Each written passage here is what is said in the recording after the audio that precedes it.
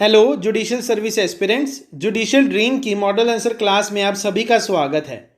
आज के model answer को डिस्कस करने से पहले हम आपसे कुछ इंपॉर्टेंट इन्फॉर्मेशन शेयर करना चाहते हैं। जैसे कि हम सबको पता है कि मध्य प्रदेश की जुडिशियल सर्विस की ह्यूज सीट्स को नोटिफाई किया जा चुका है और यह सीट्स फरवरी 2019 के बाद अब 1.5 साल के बाद नोटिफाई की गई हैं और इस कोरोना की वजह से आप सबकी स्टडी में भी गैप आ गया है। तो इसलिए हमारी टीम ने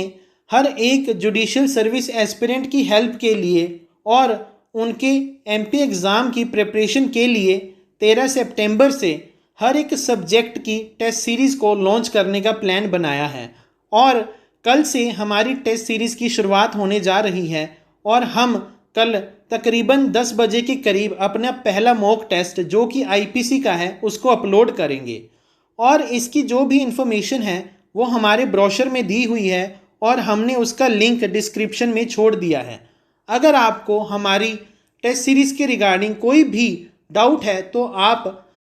उस ब्रोशर में दिए हुए नंबर पर कॉल करके उस डाउट को क्लियर करवा सकते हैं। चलो अब हम अपने मॉडल आंसर को डिस्कस करते हैं जो कि पार्टीशन के सब टॉपिक्स पर हैं। जो यह टॉपिक हैं बड़े ही माइनर टॉपिक हैं और इन पर कभी भी कोई फुल फ्लेज क्वेश्चन नहीं पूछा जा सकता। इन पर सिर्फ और सिर्फ किसी भी एग्ज़ाम में शॉर्ट नोट ही पूछा जा सकता है। तो इसलिए आज के इन टॉपिक्स को हम बड़े briefly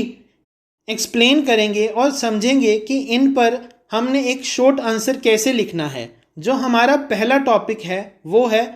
doctrine of relation back. अगर हमें एग्ज़ाम में ये क्वेश्चन पूछा जाता है तो हमने सबसे पहले यह बताना है कि मिताक्षरा लॉ स्कूल के अकॉर्डिंग सिर्फ और सिर्फ को पार्टनर्स के पास यह राइट है कि वो पार्टीशन को क्लेम कर सकते हैं और वह अपने जीवन काल में कभी भी पार्टीशन क्लेम कर सकते हैं। अगर कोई भी को पार्टनर पार्टीशन को क्लेम करना चाहता है तो उसे सबसे पहले एक इंटेंशन फ्रेम करनी होती है और जब वह इंटेंशन को फ्रेम कर लेता है तो उसके बाद उसको उस इंटेंशन की डिक्लेरेशन करनी होती है। इसके बाद हम अपने आंसर में गिरिजाबाई वर्सेस सदाशिव ढूंढीराज के केस को डिस्कस करेंगे जिसमें प्रीवी काउंसिल ने कहा था कि जो डिक्लेरेशन है वो वर्बल भी हो सकती है या फिर इन रिटन फॉर्म भी हो सकती है। इस केस को डिस्कस करने के बाद हम अपने आंसर में बताएंगे कि अगर कोई भी को पार्टनर अपनी इंटेंशन को डिक्लेयर करता है दूसरे को पार्टनर्स के सामने तो उसी टाइम पर जो पार्टीशन है वो इफ़ेक्ट में आ जाती है। बट जो प्रॉब्लम अराइज होती है वो कम्युनिकेशन थ्रू लेटर्स के केस में होती है क्योंकि इस केस में एक को पार्टनर लेटर को ट्रांसमिशन में एक दिन डालता है परंतु वह लेटर दूसरे को पार्टनर्स पर किसी और दिन पहुंचती है। तो इस सिचुएशन में यह प्रॉब्लम अराइज होती है कि पार्टीशन को हम जिस दिन उस लेटर को ट्रांसमिशन में डाला गया उस दिन से इफ़ेक्टिव मानेंगे या फिर जिस दिन जो उसकी नॉलेज है दूसरे को पार्टनर्स को आई उस दिन को हम पार्टीशन इफ़ेक्टिव मानेंगे। तो इस केस में जो डॉक्ट्रीन ऑफ रिलेशन बैक है वो एप्लीकेबल होता है और इस डॉक्ट्रीन के अकॉर्डिंग हम उस दिन से पार्टीशन को इफ़ेक्टिव मानते हैं जिस दिन एक को पार्टनर ने लेटर को ट्रांसमिशन में डाला होता है। इसके बाद हम अपने आंसर में राघवम्मा वर्सेस चेंचम्मा के केस को डिस्कस करेंगे जिसमें सुप्रीम कोर्ट ने कहा था कि अगर कोई भी को पार्टनर बाय लेटर अपनी इंटेंशन को डिक्लेयर करता है तो इस केस में जिस दिन वह अपनी लेटर को ट्रांसमिशन में डालता है उसी दिन से हम पार्टीशन को इफ़ेक्ट में मानेंगे, ना कि उस दिन जिस दिन उस लेटर को बाकी को पार्टनर्स रिसीव करते हैं। तो इस तरह अगर आपको किसी भी एग्ज़ाम में ये डॉक्ट्रीन ऑफ रिलेशन बैक पर एक शॉर्ट नोट पूछा जाता है तो आपने इसको ऐसे ही अटेम्प्ट करना है। अब हम दूसरे एक क्वेश्चन को डिस्कस करते हैं जो कि reunion of joint Hindu family पर है। इसमें हम बताएंगे कि मिताक्षरा लॉ स्कूल के अकॉर्डिंग एक जॉइंट फैमिली तब तक जॉइंट रहती है जब तक उसमें पार्टीशन क्लेम नहीं की जाती है। बट जब कभी भी उस जॉइंट फैमिली में पार्टीशन क्लेम की जाती है तो वह जॉइंट फैमिली टूट जाती है और कई न्यूक्लियर फैमिलीज़ या फिर different new joint families existence में आ जाती है परंतु जब भी एक बार पार्टीशन हो जाती है तो उस केस में जो unity of ownership and unity of possession है वो भी टूट जाता है और जो सारे मेंबर्स हैं उनका जॉइंट हिंदू फैमिली में से जो भी रिलेशन है वो ख़त्म हो जाता है। बट पार्टीशन के बाद भी अगर किसी को पार्टनर को यह लगता है कि उस जॉइंट हिंदू फैमिली को दोबारा से रीयूनाइट करना चाहिए तो मिताक्षरा लॉ स्कूल की प्रोविजंस के अकॉर्डिंग वे सारे मेंबर्स उस जॉइंट फैमिली को दोबारा से रीयूनाइट कर सकते हैं। यह सिर्फ और सिर्फ उनके बीच में जो लव एंड अफेक्शन है उसके कारण ही हो सकता है, ना कि किसी प्रॉफिट मोटिव के कारण। इसके बाद हम अपने आंसर में बताएंगे कि जब भी रीयूनियन होती है तो हर एक मेंबर जो पार्टीशन में शेयर क्लेम करता है वो अपने सेपरेट प्रॉपर्टी को जॉइंट हिंदू फैमिली में दोबारा से इकट्ठा कर देता है और दोबारा से वो सारे मेंबर्स एक साथ रहना स्टार्ट कर देते हैं। बट मिताक्षरा लॉ के अकॉर्डिंग सिर्फ और सिर्फ जब फादर या उसके सन के बीच में पार्टीशन होती है या फिर पैटर्नल अंकल या उसके नेफ्यू के बीच में पार्टीशन होती है या फिर भाइयों के बीच में पार्टीशन होती है तो वे ही दोबारा से रीयूनाइट कर सकते हैं और किसी भी मेंबर के पास यह पावर नहीं है कि वो पार्टीशन के बाद दोबारा से रीयूनाइट कर सकें। तो बेसिकली अगर हम कहें तो जिन मेंबर्स के बीच में पार्टीशन होती है सिर्फ और सिर्फ वे ही दोबारा से जॉइंट हिंदू फैमिली को रीयूनाइट कर सकते हैं।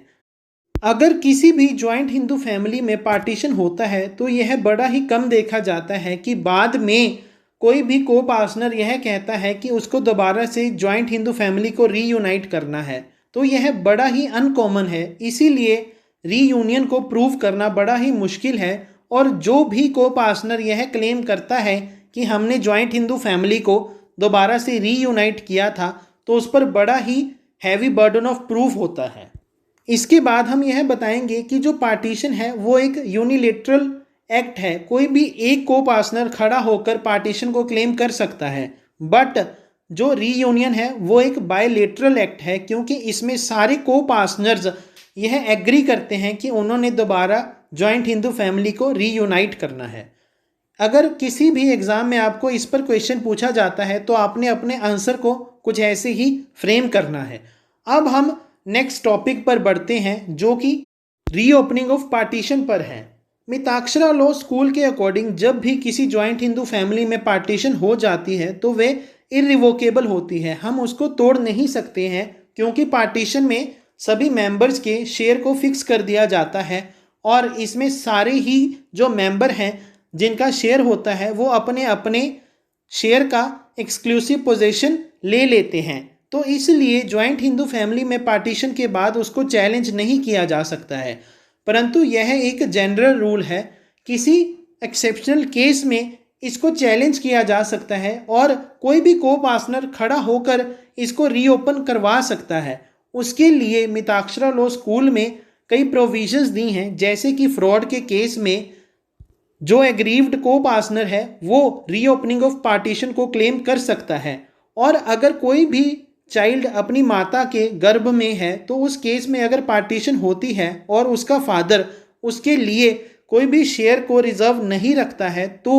वो जन्म लेने के बाद पार्टीशन को चैलेंज कर सकता है और उसको रीओपन करवा कर अपने शेयर को क्लेम कर सकता है। इसके अलावा अगर कोई भी को पार्टनर बड़े समय से एब्सेंट था परंतु उसको मरा हुआ नहीं माना गया था तो उस केस में अगर पार्टीशन होती है तो बाकी सारे को पार्टनर्स की यह रिस्पॉन्सिबिलिटी है कि वो उस एब्सेंट को पार्टनर के शेयर को रिजर्व कर कर रखें। अगर वो ऐसा नहीं करते हैं और बाद में वह को पार्टनर वापस आ जाता है तो उस केस में उसके पास यह राइट है कि वो पार्टीशन को चैलेंज करे और उसको रीओपन करवा सके। तो इस तरह को पार्टनर्स के पास कई राइट हैं जिनके अकॉर्डिंग वे पार्टीशन को रीओपन करवा सकते हैं, बट कोर्ट में उनको यह प्रूव करना पड़ेगा कि जो उनके पास जो ग्राउंड्स हैं वो रीजनेबल हैं, जस्टिफिएबल हैं। तो इस तरह अगर आपको किसी भी एग्ज़ाम में ये क्वेश्चन पूछा जाता है तो आपने अपने आंसर को कुछ इस तरह से ही फ्रेम करना है। अब हम अपने नेक्स्ट टॉपिक की ओर बढ़ते हैं जो कि partition by metes and bounds पर है। जब हम इसके आंसर को लिखेंगे तो सबसे पहले हम बताएंगे कि मिताक्षरा लॉ स्कूल के अकॉर्डिंग जो पार्टीशन है वो सिर्फ और सिर्फ जॉइंट फैमिली प्रॉपर्टी यानी कि कोपार्सनरी प्रॉपर्टी में होती है और इंडिविजुअल प्रॉपर्टी में कभी भी पार्टीशन क्लेम नहीं की जाती है, क्योंकि इंडिविजुअल प्रॉपर्टी सिर्फ उसी पर्सन को बिलोंग करती है जो पर्सन उसे अपनी एफर्ट से एक्वायर करता है। उस प्रॉपर्टी में किसी और पर्सन का इंटरेस्ट नहीं होता है। पार्टीशन एक ऐसा प्रोसेस है जिससे सारे को पार्टनर्स का जो जॉइंट हिंदू फैमिली में रिलेशन होता है वो ख़त्म हो जाता है। और मिताक्षरा लॉ स्कूल के अकॉर्डिंग जो पार्टीशन है उसके दो मतलब है। The first one is severance of status और interest of each coparcenary and the second one is actual division of property in accordance with the shares so specified known as partition by metes and bounds। अगर हम इन्हें simple भाषा में समझे तो जब भी पार्टीशन होती है तो उस केस में अगर उस जॉइंट हिंदू फैमिली में 10 मेंबर्स हैं तो उनके 10 के 10 मेंबर्स का जो शेयर है वो डिटरमाइन किया जाता है।